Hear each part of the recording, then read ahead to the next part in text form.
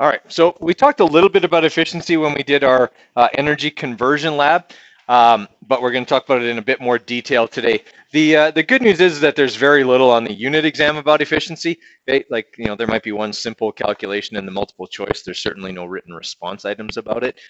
We just have to understand what it is, more because we need it to finish the analysis for our energy conversion lab, where you're asked to calculate the efficiency of the conversion of potential energy into kinetic.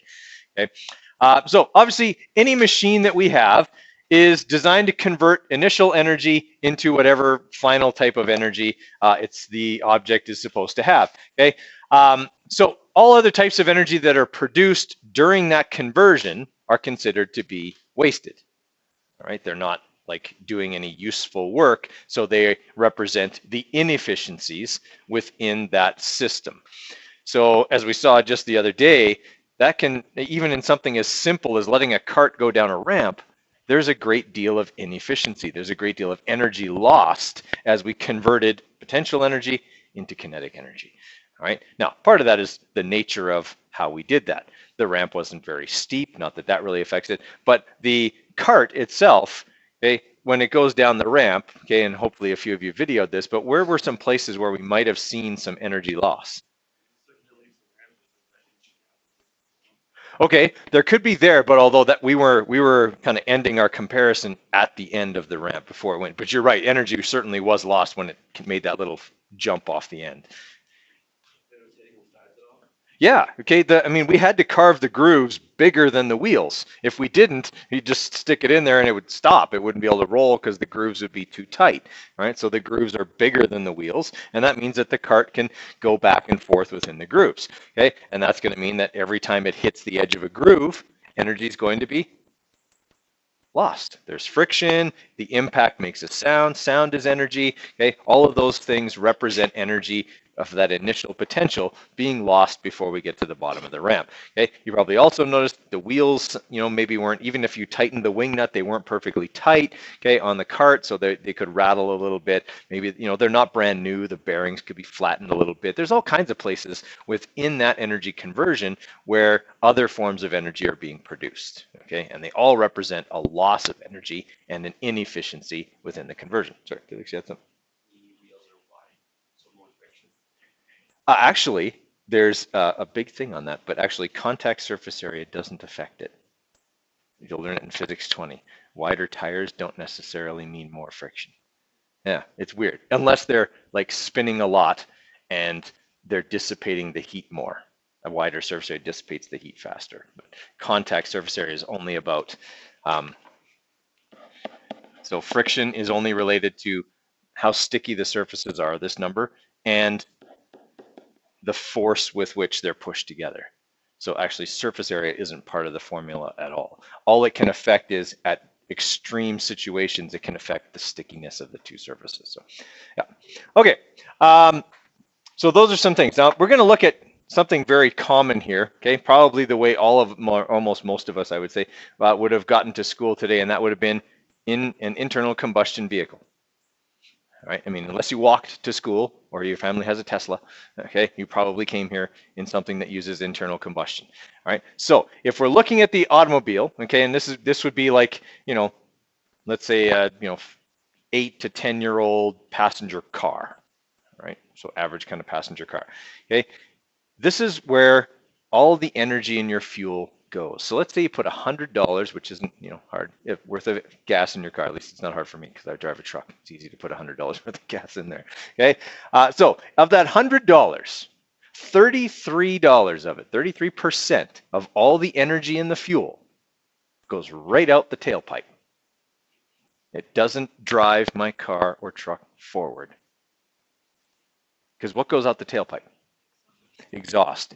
And exhaust is, okay, it's a byproduct. It's also hot. Okay, heat is not driving my car forward. Okay, these are the spent combustion gases that don't produce push. Okay, they just have to go out the back end. So through the exhaust system, okay, a lot of heat is lost. A lot of energy is lost through the exhaust system. If your car's been running even for just a few minutes, you can't really touch any of the exhaust parts. Okay, they'll be too hot to touch. That energy is not helping propel my car forward, but it takes 1/3 of the energy in my fuel. Okay, the cooling and heating system. The internal combustion engine, albeit useful, cool, is so inefficient that we have to use 33% of the energy in the fuel combusted to run systems to keep the engine from melting down. Okay, it produces so much heat that if we didn't have a radiator, a water pump, circulating coolant throughout the engine block, the engine would destroy itself. Okay, and that all takes power. All right, so if you've ever looked in the engine bay of a car, although most of it's shielded now, okay, there's belts. Yeah, you can see these belts that are running. Sometimes a car will pull up beside you at a stoplight and it's squealing.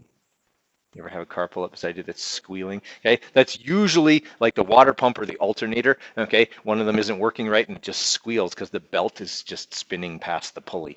Okay, that belt is supposed to turn the pump that circulates the coolant through your engine block. All right, that takes energy away from the drivetrain that moves your car forward. All right, so it's essentially not propelling the car. It's saving the car, but it's not propelling the car forward. Everybody with me there? Okay. The drivetrain.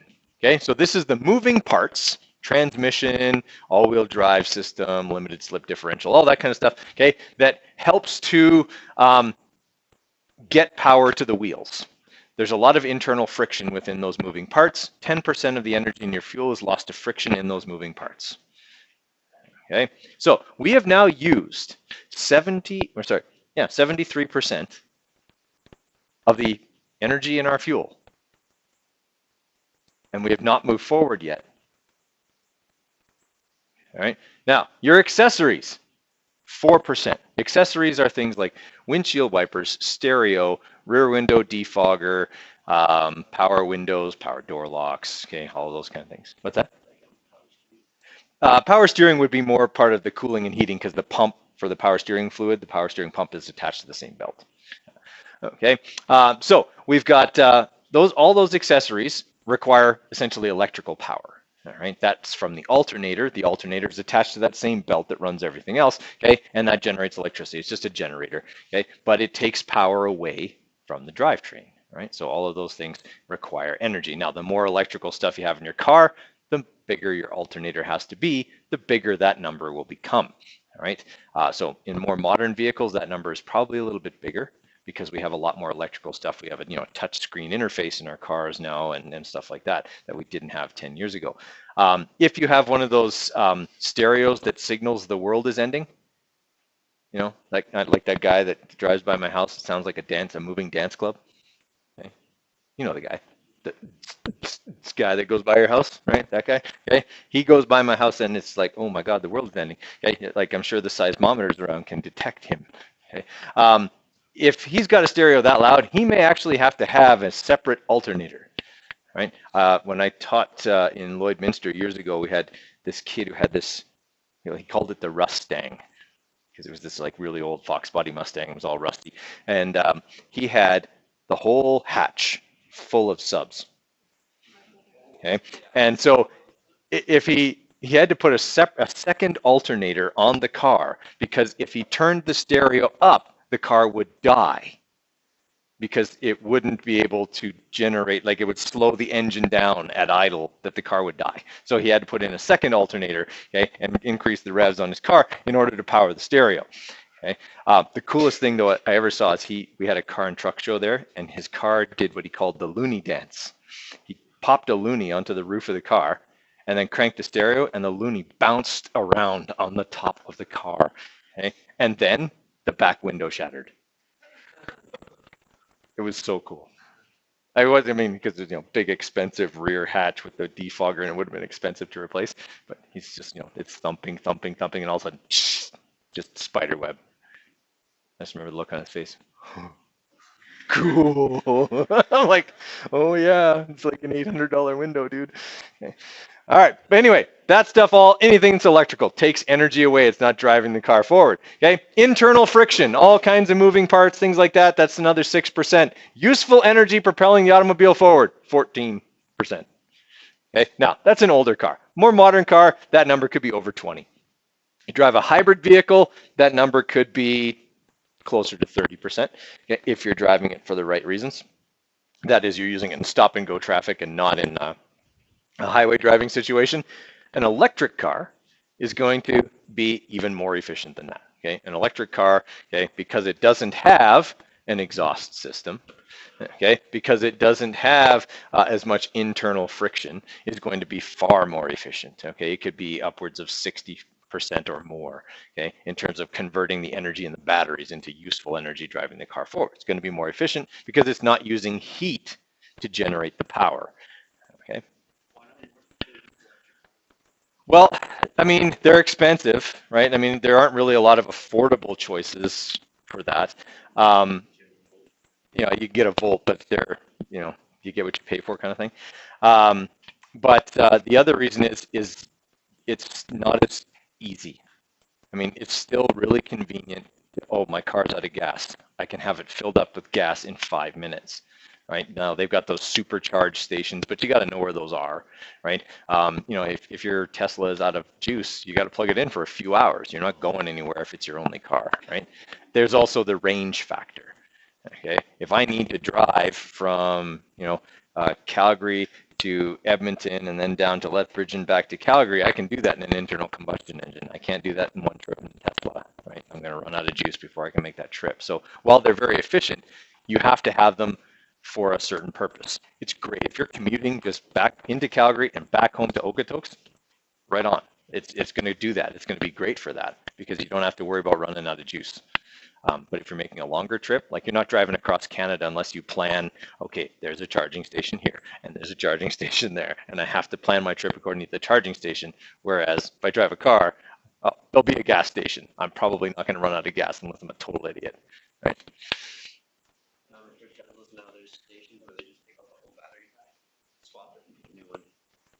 Really? That sounds expensive. You must have to pay a lot for that service.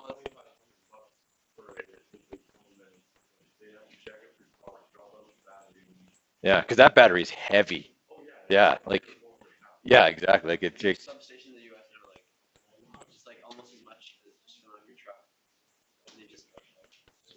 wow. You must have to pay for that service. There's got to be an extra fee for that because, I mean, you're always getting a new battery, and that battery is expensive and heavy. So, okay, no. Hmm. Okay. Well, that would make it a little more practical if you could afford that service because, yeah, that service can't be cheap. All right. So that's the kind of stuff. That's what we're looking at. Is just that's something that we take for granted, right? Like, go to would you go to the dentist if they only successfully filled a cavity 14% of the time? Would you go to the doctor if you were sick and they were only properly diagnosing people 14% of the time? Probably not. But we get in our car every day and accept 14%. Okay, we accept that every day. It's something we have to know about, right? I'm not saying that's good or bad, but it's something we need to understand. We do that every day. All right, so systems with lots of moving parts obviously lose some energy as heat. Okay, that's consistent with the first and second laws of thermodynamics. Energy always flows from high to low, from hot to cold. Your engine's hot, the surroundings are cold. Energy is going to flow out from it. Okay, so according to the second law, okay, that's what we just said there. Okay, and no system can be 100% efficient. Okay, and you're never going to get close to getting the energy out of a system that you put into it. It's just not going to happen. Right? An electric motor. Okay, just a simple electric motor can run at over 90% efficiency. Why is an electric motor so much more efficient? Okay, first off, it doesn't use heat. It's more direct energy conversion. Did you guys not have to build one in Science 9? Did they not do that anymore? Okay, so you used to have to build one, and an electric motor is a series of magnets. The magnets repel each other. So there's actually very little contact of moving parts. Okay, there's way less friction in an electric motor. Okay, in a combustion engine, you've got metal on metal. You've got these pistons sliding up and down. They're metal. The block is metal. They're sliding past each other. That's why we have to put oil in our car. Okay, all of that. Okay, it just produces a ton of friction. Whereas an electric motor spins very freely, okay, and as a result has very little friction. So it's more efficient. Okay. All right. So 2. Calculate efficiency. Pretty easy. Okay, we take the useful work that's being done. All right, so whatever work actually gets done, that goes on the top of the equation. The amount of energy we put in goes on the bottom. So this is what we had to use. This is what got done, okay? And we divide those two. I don't even bother with the times 100 part because you can do that in your head, okay? So when you do this calculation, you get a number. You get like 0.35. How efficient is that? 35%, okay? Pretty easy calculation. Really, you're just calculating percentages. You've been doing that since, you were little. Every time you got something back, what did I get? And you would just punch in, what did you get divided by what you could have got, okay? Most of the time it was probably 100% because you guys are smart, okay? But yeah, when it comes to efficiency, it's not going to be. All right, so just examples here, guys. Automobile internal combustion engine runs 12 to 15% efficiency. An electric engine, up to 95%. Okay, steam reciprocal engine, okay, 50 to 75. A steam turbine, right, up to 40. These have, again, moving parts that move past each other. They involve the conversion of heat into mechanical energy, so they don't work very well. We use the least efficient because it's the most portable, right? Well, steam turbines are getting smaller, but it's the water you have to carry, right? And so then you're once the water is gone, either you're having to recondense it, which takes energy, or you're losing it and you gotta go fill up with the water again, right? Well, no, but it's not convenient to carry around large amounts of it in a car. It's heavy, right? Yeah.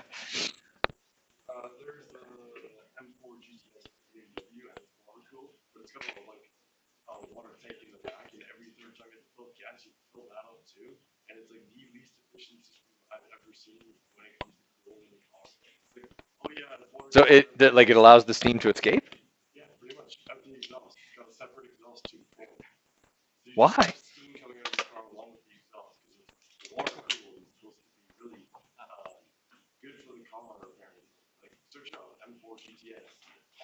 Wow. Sometimes we just take major steps backward in design. That's one of them. Okay. I'm recording, so I'm not going to say anything. Okay. All right. So if we have a question like this here, this would be like a kind of a sample of an efficiency kind of question here, right? So we have a crane that lifts a load of construction materials. Actually, I have you guys. Is this one? This one's in your notes, right? I put it in there? Okay. So it lifts a load of construction materials from the ground to the second floor. In the process, it does 2.3 times 10 to the 4 joules of work or mechanical energy input. That's how much energy we put in. All right. It only did 8.00 times 10 to the 3 joules of useful work. So that's the work that goes out. All right. If I wasn't sure from the wording, how would I know which one goes on the top and which one goes on the bottom just by looking at the numbers? Smaller one goes on the top. Okay, this is 8,000. This is 23,000. Okay, the bigger one always goes on the bottom. Otherwise, you'll get a number bigger than what? Right, which means you're making energy and breaking all the laws of physics. So if you ever get an efficiency more than 100, you probably did something wrong, or figure out what you did right because you're going to get filthy stinking rich. Okay. But you probably did something wrong because you can't make something more than 100% efficient because then you're creating energy, which breaks the law of conservation of energy. Okay. All right. So what we do here is we just take, okay, to calculate our efficiency, we take the useful work done, 8,000 joules. We divide it by the energy that was put in, 23,000 joules. Okay. And we get our efficiency, 34.8%. Okay. Pretty straightforward. All right, these aren't hard questions. All right, I want you guys to try 1, 2, and 3 there for right now. See how we do on those. Okay, you might have to manipulate a little bit. Okay, remember, efficiency is, okay, useful work divided by input work. All right, that's what you got to do. All right, give you a few minutes on those 3.